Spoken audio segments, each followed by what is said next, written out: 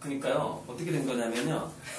제가 여기를 이제 오겠다고 했어요. 왜냐면 서상우 씨하고도 이제 최근에 좀 친하게 지내고 이러다 보니까 오겠다고 했는데 강의 주제를 저한테 그냥 툭 던져줬어요.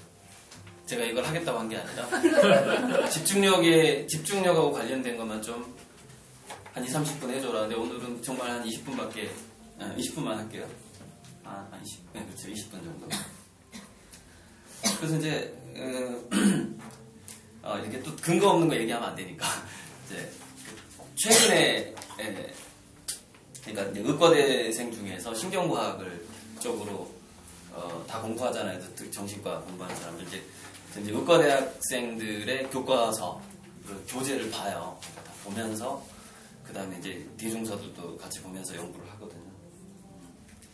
그래서 집중력에 대해서 해봤는데 아까 오늘 제가 질문을 이렇게 계속 주고받으면서 언제 가장 행복하냐는 질문을 던졌을 때 거의 100%인데 한 80-90% 다 일치하는 대답이 뭐냐면은 내가 하고 싶은 거 할 때예요.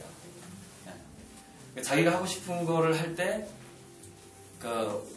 근데 하고 싶은 걸 하면서 그 하고 싶은 걸 할 때 자기 예상보다 조금 더 자기가 잘한다는 걸 느낄 때 그때 주로 나오는 게 바로 이제 여기 제가 써놨죠. 여기 도파민 호르몬이라는 거예요. 근데 이제 도파민 그러니까 정신과에서 모든 인간의 심리적 문제의 근저에는 낮은 자존감이 있다고 얘기를 하거든요. 자기가 스스로 존재한다라는 느낌이 있다라는 것이 그럼 어디에서 오는가? 그 호르몬으로 봤을 때는 신경전달 물질로 봤을 때는 이 도파민에서 오거든요.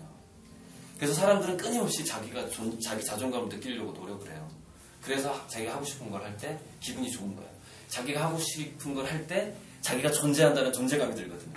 그게 자존감하고 도파민하고 그렇게 연결이 되는 거죠.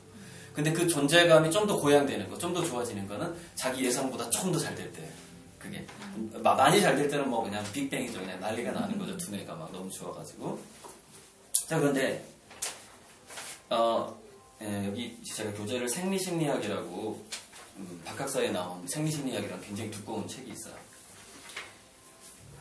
거기에 있다가 제가 이제 488쪽, 그 다음에 514쪽, 480 그 부분에서 이제 이 도파민하고 관련된 이야기가 나오는데 굉장히 재밌는 게 나옵니다. 그러니까 인간이 이 도파민을 만들어내려고 하는 건 워낙에 본능이에요. 본능인데 이제 동물하고 인간이 좀 다른 게 뭐냐면 이제 우리 두뇌 보면은 왜 인간은 그 심피딜이라 그래가지고 뇌가 한 층이 더 있잖아요. 이제 영장류 이후에 침팬지 뭐 그 이후에 그런데 그 심피딜 중에서 이제 우리가 전략을 세우고 계획을 짜고 실천을 하는데 주로 쓴다고 알려져 있는 이 전전두요. 이마 여기. 인간은 이제 도파민이 이 간뇌에서부터 중뇌를 지나서 이 전전두엽까지 쫙 연결이 돼 있거든요. 전체적으로 다 연결되어 있는데 교육에 따라서 자기가 자란 환경에 따라서 그게 연결이 잘 안 된 사람들이 있어요. 그 왜 잘 안 되냐?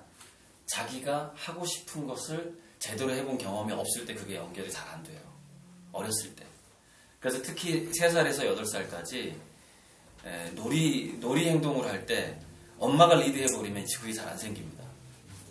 그러니까 엄마가 뒤따라가지고 아이가 그 놀이 행동을 리드를 해야 되거든요.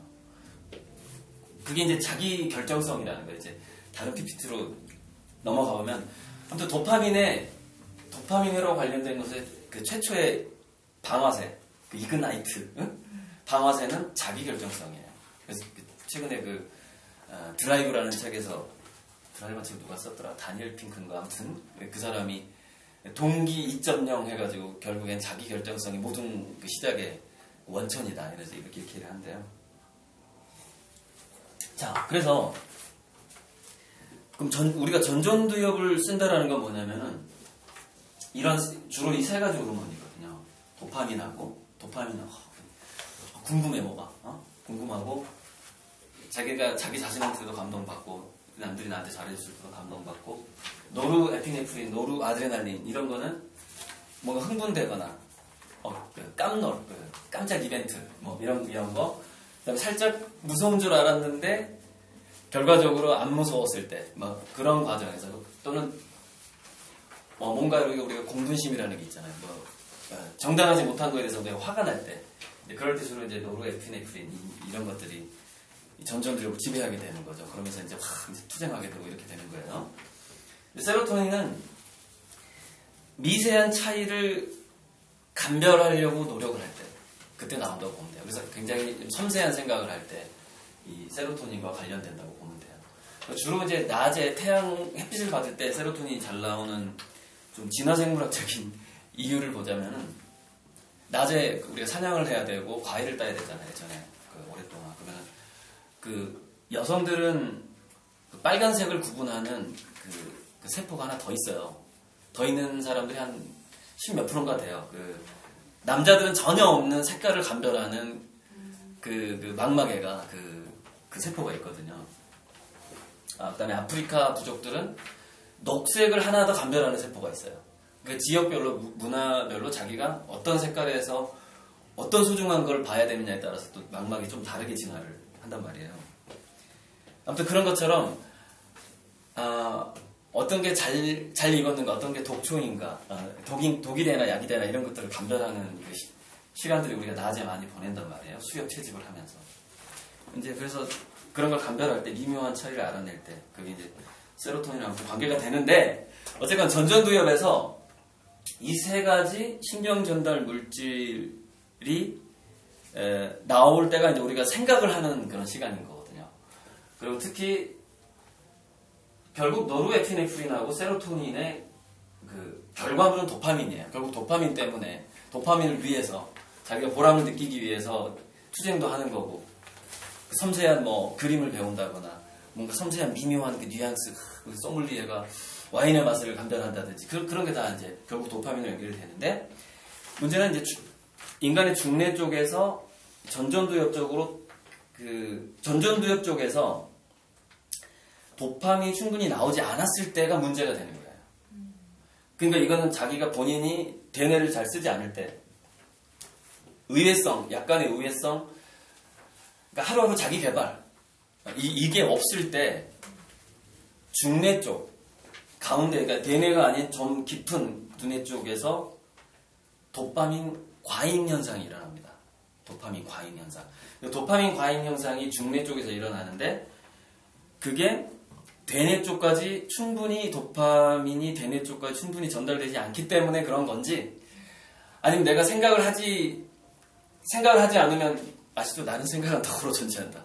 생각하지 않으면 자기가 자기 자신을 느끼기가 참 힘들거든요. 그럼 자존감이 약해지잖아요. 근데 어떻게 해서든 인간은 그걸 보상하려고 한단 말이에요. 그래서 중뇌에서 도파민이 나오게 돼요. 그런데 전전두엽에서 도파민의 활동이 부족해지게 되면은 중뇌 측핵 쪽에서 도파민이 과잉하게 되는데, 중뇌 쪽에서 인간이 도파민이 과잉하게 될 때 나오는 증상들이 이겁니다. 이게 계속됐을 때 인지행동장애, 불안, 양극성 우울, 막 울컥한다거나 폭력적으로 변한다거나, 망상, 강박, 집착 중에서 이렇게 청소하는 집착하고, 그다음에 자기 옷을 막 꾸미는, 계속 머리 빗는 그루밍이라고 그래요. 계속 외모가 막 신경 쓰여.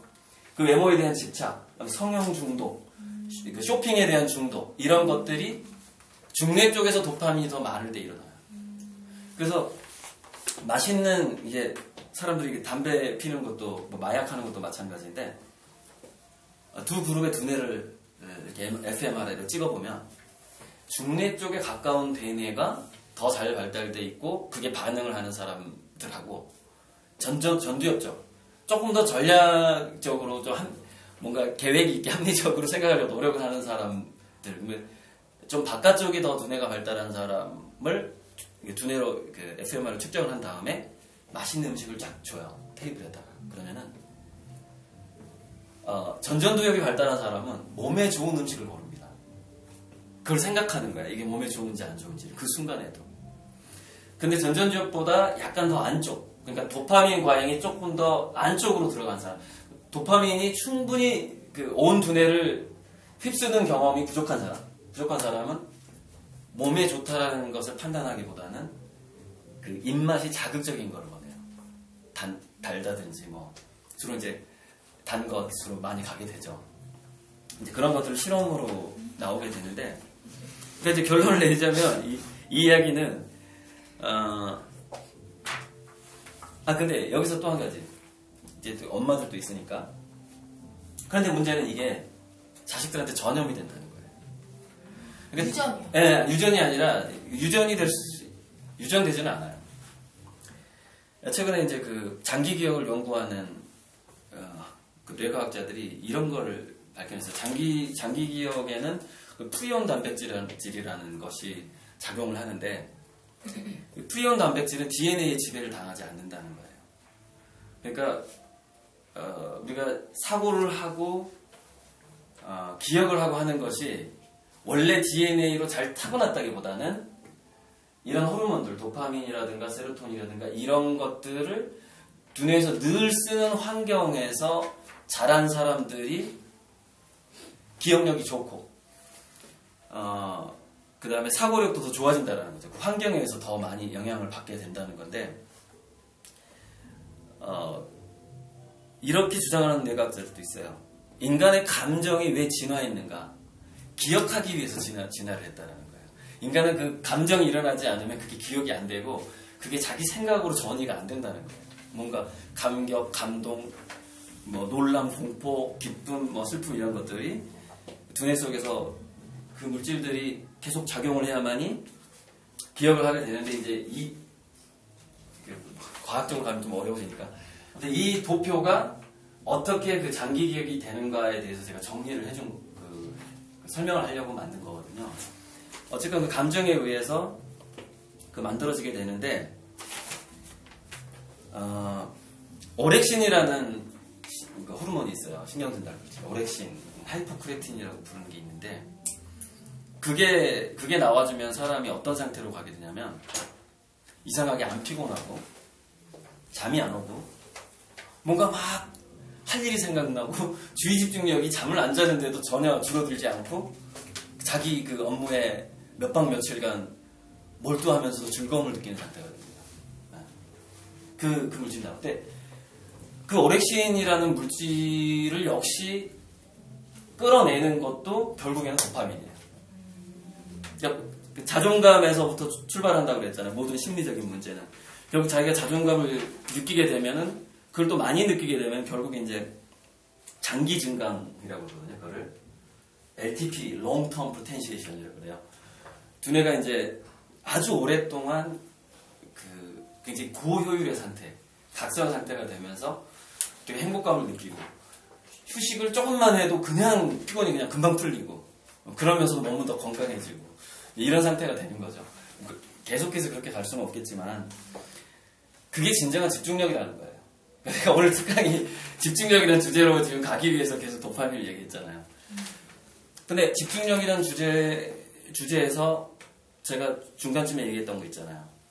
전전두엽까지 충분히 전전두엽에서 충분히 쓰지 않을 때 오히려 중뇌 쪽에서 도파민이 과잉하게 되고, 그러면 인간은 도파민이 그와 관련된 방식으로 집중을 하게 되거든요. 그래서 아까 제가 얘기했던 약간 정신분열증 현상들이 나타나기 시작한다는 거예요. 그래서 이런 겁니다. 제가 아는 사람, 저랑 동업자의 부인도 지금 현재 그런 증상을 보이고 있는데, 어떤 증상을 보이냐면은 자기 자식의 그 성적, 그다음에 학원 선택 이런 거에 너무 집착을 하는 거예요. 집착을 하는데, 이제 그 남편이랑 얘기를 해보면은 정작 엄마는 언행일치가 안 되고 자기 개발을 안 한다는 거예요. 그러니까 엄마는 정작 도파민을 안 쓰는 거예요. 전전두엽에서. 그러니까 당연히 중뇌 쪽으로 그 에너지가 가게 되거든요. 중뇌 쪽으로 에너지가 가게 되면 인간은 뭔가에 집착하는 행동을 보이기 시작해요. 그러면서 그게 악순환이 됩니다. 악순환. 뭔가에 집착을 하게 되면은, 강박증이 보인다거나 집착을 하게 되거나 하면은 자기가 원하는 만큼 결과가 안 나오게 돼 있어요. 이제 그 집착을 하는 만큼 그 기대가 막 이렇게 올라가 버리기 때문에 자기 자식이 자기가 원하는 만큼 안 되죠. 그때 이제 스트레스 물질이 나오기 시작하거든요. 그러니까 전전두엽에서 도파민이 쓰지 않았을 때는 결국 그런 방식으로 집착하는, 자, 성형 중독에 걸렸을 때 인간은 늙어가잖아요. 성형을 받는다고 예뻐지지 않거든요. 40대, 50대 가면은 이거 피부를 어떻게 다 드러낼 수도 없고 지금 그렇게 되거든요. 그러니까 그 집착하는 것만큼 결과가 나오질 않게 되거든요. 그렇게 되면은 결국 이제 그 코르티솔이라는 스트레스 물질이 계속 나오게 되는데, 코르티솔이라는 물질이 나오게 되면은 우리가 기억을 하고 생각을 할 때 그거를 이렇게 안착시켜주는 역할을 하는 게 해마라고 하잖아요. 그렇죠? 그게 또 위축이 돼요. 그래서 뭐냐면은 결국 그래서 우리가 어렸을 때 10살 이전의 아이들의 교육이 정말 중요하다. 제가 그쪽으로도 창조경제라는 것을 이루려면은 10살 이전에 완전히 자기주도형 창조적 교육 시스템이 가급적이면 대안학교를 많이 만들어서라도 우리나라에서 그게 활성화돼야 된다라는 주제로 지금 책을 쓰고 있는데, 한번 그렇게 자기주도적으로 생각을 해보는 버릇이 안 들게 되면 계속 악순환으로 가게 되는데, 이제 그게 자녀들한테 이제 또 전수가 되는 거죠. 자, 그래서 전전두엽을 안 쓰게 되면 결국 규칙적이고 연결이 되고 합리적인 사고를 하는 것, 그 사고력이 점점 다운이 되는 거예요. 다운이 되면서 집착하는 것이 이루어지지 않으면서 코르티솔이 많이 나오게 되는데, 코르티솔이 하는 역할이, 코르티솔은 원래 그 에너지를 공급하게 해주는 역할을 하는데, 코르티솔이 과잉하게 되면은 여러 가지 증상 중에서 대표적인 게 해마가 위축이 되고 지능이 낮아지고 그다음에 면역력이 위축이 돼요. 그래서 결국에는 바람열이 급속도로 이렇게 올라가 버리게 돼요. 그러니까 우리가 자기 개발을 하고 오늘 이렇게 서로 질문을 던지면서 계속해서 정진하는, 정진씨, 이 정진하는 것 자체를 하지 않는다라는 것은 우리가 이제 거기서 자기 존재감을 느끼지 못하는 것이고, 그럼 인간은 자기 존재감을 느끼지 못하면 도파민은 안 나오게 되고, 그러면 그 생리학적으로는 내가 대뇌에서 도파민이 안 나오게 되면은 몸 전체에서는 코르티솔이 증가하는 간단한 공식으로 가버리게 돼요. 결국 무슨 얘기냐면은 자기 존재감을 느끼지 못하는 사람은 자기 존재를 죽이는 쪽으로, 방향으로, 급속도로 그쪽으로 향하게 된다는 거죠. 그게 이제 우리가 뭔가 그러니까 뭐냐면 또 이거예요. 자, 도파민이라는 것은 이거예요. 자기가 기대한 것보다 조금 더 좋은 일이 생겼을 때 나온다 그랬잖아요. 그렇기 때문에 첫째 뭐냐면은 어떤 꿈이라든지 기대 같은 것이 먼저 있어야 되는 거예요. 그게 막연하게 되면은 이걸 전전두엽에서 만들기가 되게 어려운 거죠. 그래서 우리가 이제 제가 학생 동기부여 강의를 할 때 강조하는 게 넘버원이 동기부여예요. 근데 그 살아야 될 이유를 각자가 이제 스스로 만들 수밖에 없다라는 게 이제 우리 인간의 운명이에요. 옆에서 주어지는 건 한계가 있다. 내가 스스로 자기 삶의 꿈이라든가 동기부여를 스스로 해야 된다라는, 그래야만이 진짜 좋은 집중력이 나온다는 거죠. 그러니까 제 이 집중력에 대한 제가 짧은 강의인데, 인간은 집중하지 않는 인간은 없다는 거예요. 전제는. 인간은 누구나다가 뭔가에 집중을 하는 본능을 타고났어요. 그런데 그게 뭔가 이제 그래서 독서가 좀 중요한데, 책을 읽는 방식에, 책을 읽는다는 것은 다른 사람 이야기를 듣는 건데 조금 체계화된 이야기를 듣는 거거든요. 그냥 수다 떠는 거하고 좀 틀리단 말이죠. 그렇게 하면서 전전두엽에서 뭔가 내가 배워간다는 느낌, 지혜로워진다는 느낌, 이런 것들, 그런 거에 집중하느냐, 그 자기 개발에 집중하느냐, 아니면 중뇌가 활성화된다는 것은 중뇌가 포유류의 뇌거든요. 무슨 얘기냐면은 자기도 모르게 자기가 짐승이 돼가는 거예요.